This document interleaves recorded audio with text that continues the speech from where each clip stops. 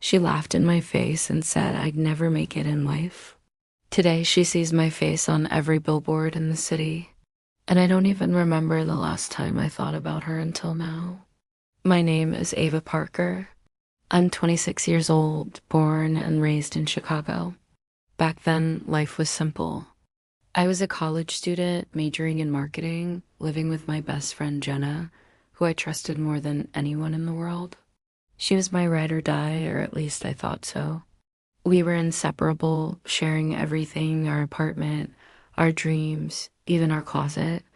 I wanted to start a career in brand management, and Jenna, she was always the confident one, obsessed with beauty and status.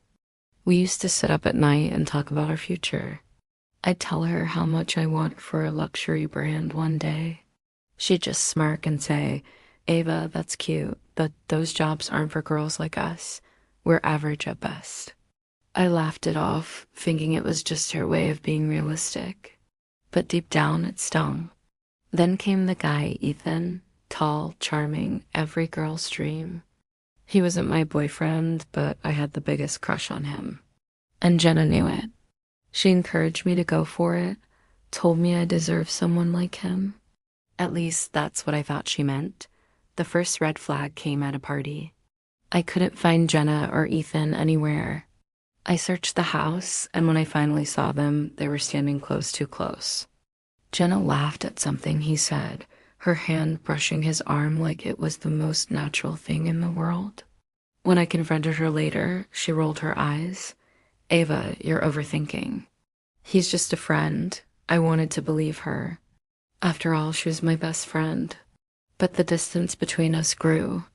She started hiding her phone, whispering when she thought I wasn't around. And Ethan, he barely noticed me anymore. Then one night, I walked into the living room and froze. Jenna was sitting there with a smug smile, scrolling through Instagram. When she saw me, she turned the phone toward me. It was a picture of her and Ethan together. The caption, "Lucky girl." I felt my stomach drop. You knew I liked him, I said, my voice shaking. She laughed. Please, Ava, you're not his type. Honestly, you're not enough for anyone like him.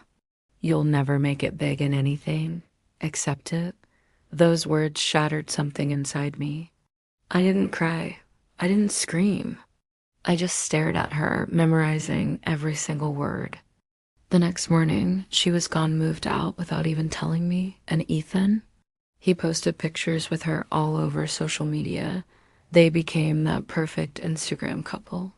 Meanwhile, I was left picking up the pieces of my life and my dignity. For weeks, I replayed her words in my head. You're not enough.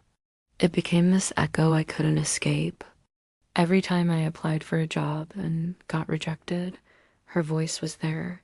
Every time I looked in the mirror, I saw failure. But then something changed. I hit rock bottom and realized there was nowhere to go but up. I took all that anger, all that hurt, and I turned it into fuel.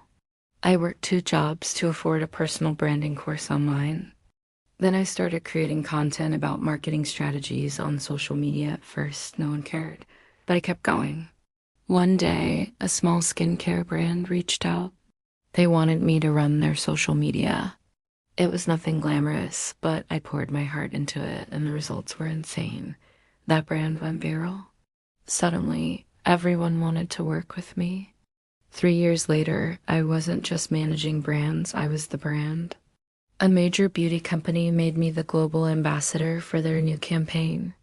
My face was on billboards in New York, Paris, and Tokyo. Guess who slid into my DMs? Jenna, the same girl who told me I'd never make it. She wrote, "Oh my God, Ava, so proud of you. Let's catch up." I stared at the message for a while, then deleted it without replying.